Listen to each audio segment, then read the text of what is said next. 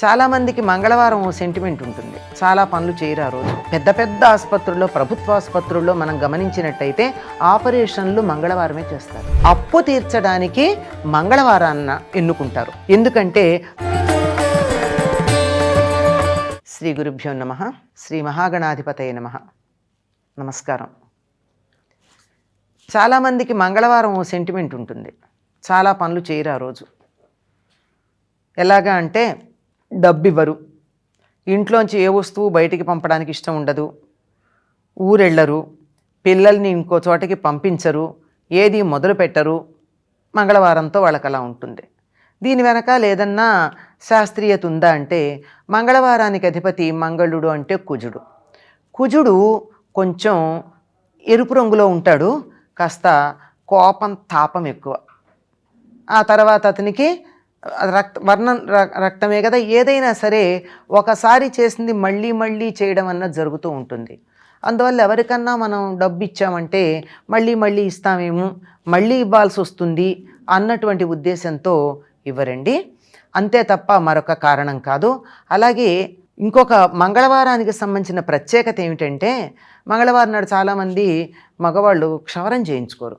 గడ్డం రోజు చేసుకునే వాళ్ళు కూడా చేసుకోరు. అసలైతే క్రాప్ చేయించుకోవడం అయితే అస్సలు చేయరు.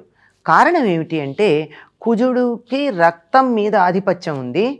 ఆనాడు ఏదన్నా చిన్న తేడా వస్తే రక్తం కళ్ళ చూసే అవకాశం ఉంది అని చెప్తారు. ఎందుకంటే ఆయనకున్నటువంటి కుజుడుకున్న లక్షణం వల్ల.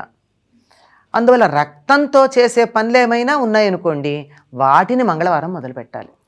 అందుకే మీరు గమనించండి, తెలిసి చేస్తారో తెలియక చేస్తారో, వాళ్ళు ఎందుకు ప్రణాళిక వేసుకున్నారో తెలియదు, కానీ చాలా కాలంగా పెద్ద పెద్ద ఆసుపత్రుల్లో, ప్రభుత్వ ఆసుపత్రుల్లో మనం గమనించినట్టయితే ఆపరేషన్లు మంగళవారమే చేస్తారు.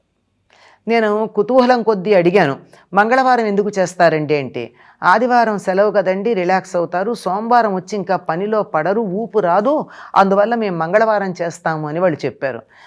వాళ్ళు చెప్పింది మామూలుగా చూస్తే సరే అనిపించింది, కానీ అసలు విషయం ఏమిటంటే ఇది ఎందుకు ఇలా నిర్ధారణ చేయడం జరిగింది అన్నది జ్యోతిష్ శాస్త్ర పండితులు చెప్పిన విషయం ఏమిటంటే, మంగళవారానికి అధిపతి కుజుడు, కుజుడికి రక్తానికి సంబంధం ఉంది.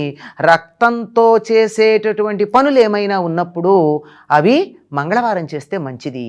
అందువల్ల ఆపరేషన్లన్నీ వాళ్ళ ప్రమేయం ఉన్నా లేకపోయినా భగవంతుడు ఏదో కారణంతో నిర్ధారణ చేసి మంగళవారం ఫిక్స్ చేసుకునేటట్టుగా చేయడం జరిగింది.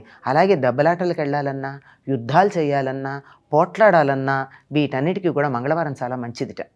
అంటే మధ్యలో ఎందుకు వచ్చింది, నేను చేయలేను అని వెనక్కి రాకుండా ఆ కోపం, ఆ తాపం, ఆ పౌరుషం అలా మెయింటైన్ చేస్తూ ముందుకు వెళ్ళడానికి కుజుడు బాగా సహకరిస్తాడు. ఆవేశపరుడు.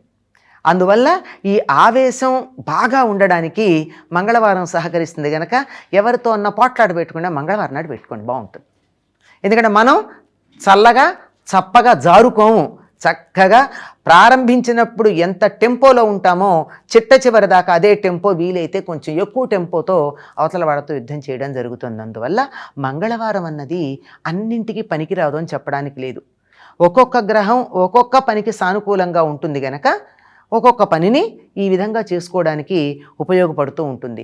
కొన్ని ప్రాంతాల వాళ్ళు అప్పు తీర్చడానికి మంగళవారాన్న ఎన్నుకుంటారు.